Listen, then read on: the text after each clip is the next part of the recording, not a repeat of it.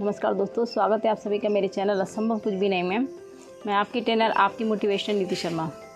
Friends, मैं आज आपके लिए शिव खेरा जी की बुक की कुछ ऐसी प्रेरणादायक कहानियाँ लेकर आई हूँ, जिसमें कि कहानियाँ छोटी छोटी हैं लेकिन उनसे मिलने वाली सीख बहुत बड़ी है।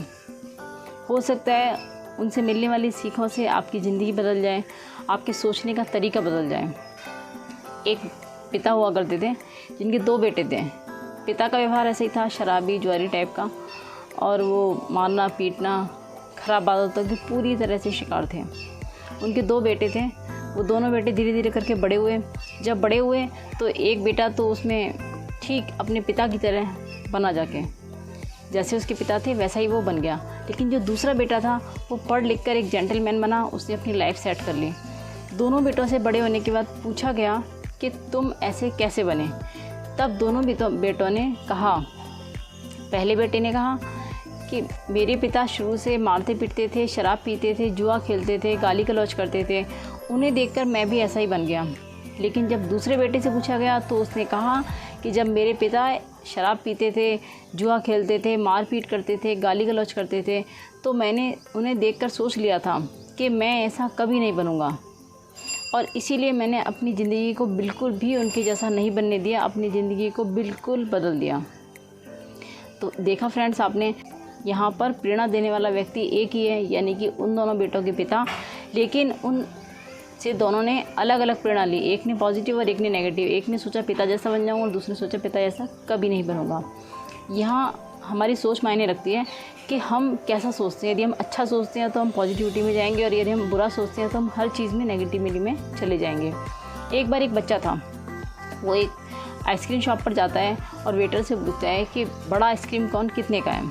वेटर जवाब देता है कि बड़ा आइसक्रीम कौन 30 रुपीज़ का है। बच्चे ने अपनी पॉकेट में हाथ डाला, पैसे निकाले, पैसे काउंट किए उसने। फिर वो पूछता है वेटर से कि छोटा आइसक्रीम कौन कितने का है। वेटर ने उसे झिल्ला कर जवाब दिया कि 20 रुपीज़ का है। बच्चे ने 30 रुपीज़ वेटर को दिए, 20 रुपीज़ का आइसक्रीम कौन लिया, और वेटर से कहा कि ये 10 रुपये आपके लिए हैं। वेटर उसकी दयालुता को देखकर दंग रह गया। इसी तरह फ्रेंड, हमें भी सोचना चाहिए, यदि हम किसी की मदद 10 रुपये से करते हैं तो 10 रुपये से करनी चाहिए। यदि हम किसी की मदद 100 रुपये से कर सकते हैं तो 100 रुपये से करनी चाहिए। लाख रुपये से कर सकते हैं तो लाख रुपये से करनी चाहिए। यानी कि हम जिस लायक हों, हमें उस लायक सामने वाले की मदद करनी चाहिए। यदि वो बच्चा चाहता तो 30 रुपीज़ की आइसक्रीम कौन लेकर अपने लिए जा सकता था, लेकिन उसने अपने साथ साथ उस वेटर के बारे में भी सोचा। एक बार एक व्यक्ति होता है जो भगवान में बहुत ज़्यादा आस्था रखता था, भगवान की पूजा पाठ बहुत ज़्यादा किया करता था। एक बार वो आंधी तूफान में फंस जाता है। उस तूफान में फंसने के बाद उसे यकीन होता है कि मुझे भगवान बचाने ज़रूर आएंगे। वहाँ एक कार आती है, वो उसे पूछती है क्या तुम्हें कोई हेल्प चाहिए। वो व्यक्ति मना कर देता है कि नहीं, मुझे कोई हेल्प नहीं चाहिए, और वो कार वहाँ से चली जाती है। वो कहता है मुझे बचाने भगवान आएंगे। फिर वहाँ एक बोट आती है, वो तब भी मना कर देता है। फिर एक हेलीकॉप्टर आता है, वो उससे भी मना कर देता है कि नहीं, मुझे बचाने भगवान ज़रूर आएंगे। और आखिरकार वह व्यक्ति डूबकर मर जाता है। जब वह मर जाता है तो भगवान के पास पहुँचता है, जाके बोलता है कि भगवान आप मुझे बचाने क्यों नहीं आए। तब भगवान ने कहा कि वहाँ पर जो कार आई थी, जो बोट आई थी, जो हेलीकॉप्टर आया था, वो मैंने ही भेजा था। यदि तुमने उनका फ़ायदा नहीं उठाया तो ये तुम्हारी गलती है। जब मुझे किसी की मदद करनी होती है तो मैं दूसरों को प्रेरित करता हूँ उसकी मदद करने के लिए। इसी तरह हमारे जीवन में भी होता है कि जब हमारे सामने कोई अपॉर्चुनिटीज़ आती है तो हम उसे नहीं लेते, और हम भगवान पे भरोसा करके सोचते हैं कुछ और अच्छा होगा, कुछ और अच्छा होगा, कुछ और बड़ा होगा। हमें ऐसा नहीं सोचना चाहिए। यदि कोई अपॉर्चुनिटीज़ आई है तो हमें सोचना चाहिए कि ऊपर वाले ने ये अपॉर्चुनिटीज़ हमारे लिए भेजी है, और हमें उसका फ़ायदा तुरंत उठाना चाहिए। एक बार एक कैदी था जिसे किसी कारणवश 25 साल काल कोठरी की सज़ा सुनाई गई थी, और 25 साल काल कोठरी में रहने के बाद जब उसका समय पूरा हुआ, जब वह काल कोठरी से बाहर निकला, तब उस काल कोठरी से निकलने के बाद उसे जो उजाला था, जो नॉर्मल ज़िंदगी थी, वो सब कुछ रास नहीं आ रही थी। उसे काल कोठरी में पड़ा रहना, बेड़ियों में जकड़े रहना, सब कुछ बहुत अच्छा लगता था। और जब उसने बाहर आके देखा तो उसे लगा कि शायद मैं ऐसी खुली ज़िंदगी में घुट घुट के मर जाऊंगा, और मैं यहाँ नहीं रह सकता। मैं इस उजाले को फेस नहीं कर पा रहा हूँ, इस दुनिया को कुछ भी मैं फेस नहीं कर पा रहा हूँ। और आप यकीन मानेंगे, उसने वापस गवर्नमेंट को एक एप्लीकेशन लिखी कि मुझे वापस आप कारागार में डाल दीजिए, वही नहीं तो मैं मर जाऊंगा। और वह वापस से कारागार में चला गया। इसी तरह हमारी ज़िंदगी होती है। कई बार हमारी ज़िंदगी में हमारी संगति ऐसी हो जाती है कि उस संगति की वजह से हर अच्छी बात हमें चुभने लगती है। हमें ऐसा लगता है कि हम जो कर रहे हैं बस वही सही है, बाकी सब कुछ गलत। अच्छी बात बताने वाला, अच्छी सलाह देने वाला हमारा कट्टर दुश्मन हो जाता है। हमें वो एक आँख भी नहीं भाता जो हमारे लिए अच्छी बात करता हो, क्योंकि हम उस काल कोठरी में रहना पसंद करते हैं, हम उस बुरी संगति में रहना पसंद करते हैं, हम उस कीचड़ से बाहर नहीं आना चाहते, जिस कीचड़ में दुनिया समझती है कि हाँ ये कीचड़ में पड़े हैं, लेकिन हमें लगता है कि यही बहुत अच्छी ज़िंदगी है और इसी को अच्छी तरह से जीना कहते हैं। तो फ्रेंड्स, यदि कभी हमें किसी सिचुएशन पर ऐसा लगे कि हमें सबकी अच्छी बातें भी चुभने लगी हैं, तो समझ जाइएगा कि हमारी ज़िंदगी उस काल कोठरी के कैदी की तरह बीत रही है और हमें अपने आप को वहाँ से निकालना है। रॉबर्ट फुल्टन, जिन्होंने एक बोट का आविष्कार किया था, वो बोट चलाने के लिए नदी के किनारे लेके आते हैं। वहाँ उन्हें बोट चलाते देखकर कुछ लोग इकट्ठा हो जाते हैं, तो बोट कुछ दूर चलने के बाद रुक जाती है। तो उस इकट्ठे हुए लोगों में से कुछ लोग कहते हैं कि ये बोट अब कभी नहीं चलेगी। बोट वापस चल पड़ती है थोड़ी देर बाद। तब उन्हीं में से कुछ लोग कहते हैं कि ये बोट अब कभी नहीं रुकेगी। तो आप एक बात बताइए, जब लोग अपना डिसीजन एक नहीं रखते, उसी एक व्यक्ति के बारे में कभी लोग कहते हैं कि ये बंदा इस काम को कर लेगा, कभी कहते हैं ये बंदा इस काम को नहीं कर पाएगा। वो अपनी सोच एक नहीं रखते, अपना बयान एक नहीं रखते, तो हम उनके लिए अपनी ज़िंदगी क्यों रोकें? यदि हम कुछ अच्छा कर रहे हैं, हम कुछ सही दिशा में कर रहे हैं, तो ज़माना चाहे कुछ भी कहे कि ये इस काम को कर नहीं पाएगा, इस काम में टाइम वेस्ट कर रहा है, कुछ भी कहे, हमें नहीं सुनना है। हमें सिर्फ़ और सिर्फ अपने लक्ष्य पर ध्यान देना है और हमें उस पर लगे रहना है, तभी हमें सफलता मिलेगी।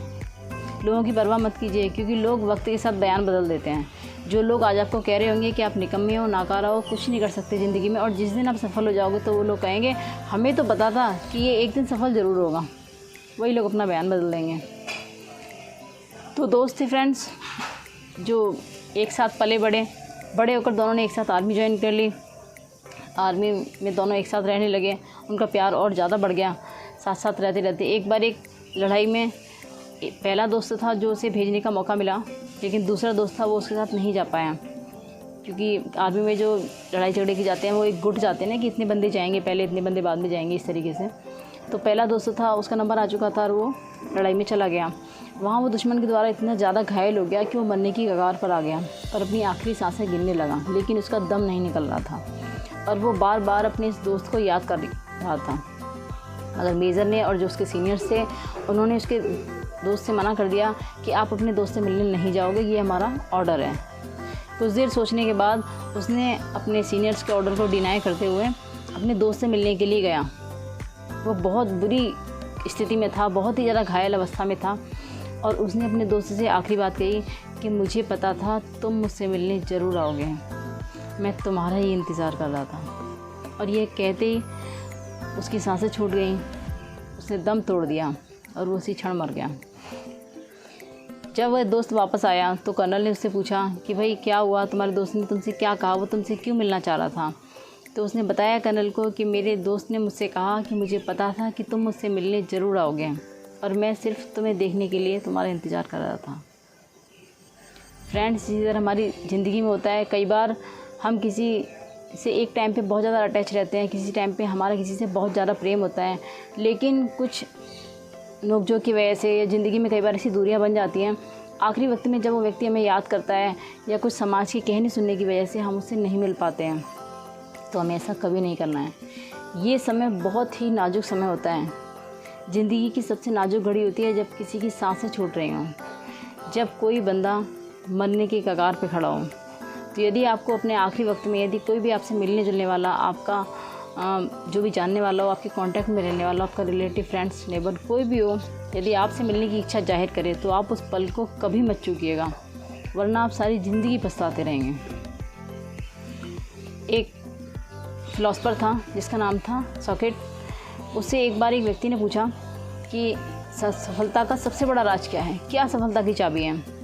वह नदी किनारे चल रहा था उस व्यक्ति के साथ। उसने उस व्यक्ति का सर पानी में डुबो दिया और पानी में डुबोने के बाद कुछ सेकंड बाद उसने उस सर को बाहर निकाला।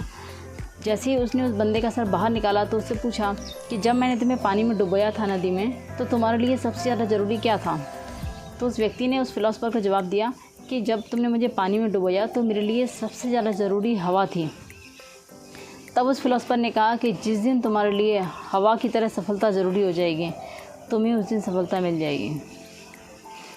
इसी तरह फ्रेंड्स, हमारी लाइफ में होता है कि जब किसी भी चीज़ के लिए हम दृढ़ निश्चय कर लेते हैं, हम ये ठान लेते हैं कि हमें ये काम करना है और अब हम ये काम करके ही दम लेंगे, उस चीज़ को हम पा जाते हैं। फ्रेंड्स, यदि आज आपको मेरी ये कहानियाँ पसंद आई हैं तो प्लीज़ मेरी वीडियो को ज़्यादा से ज़्यादा लाइक कीजिए, चैनल को सब्सक्राइब कीजिए, इन स्टोरीज़ को ज़्यादा से ज़्यादा शेयर कीजिए। यदि आप मेरी बातों से सहमत हैं तो प्लीज़ मुझे कमेंट बॉक्स में ज़रूर बताइएगा। मैं जल्दी मिलूँगी आपसे अपनी नेक्स्ट और बेस्ट वीडियो के साथ, पॉजिटिव एनर्जी लेके। तब तक के लिए नमस्कार।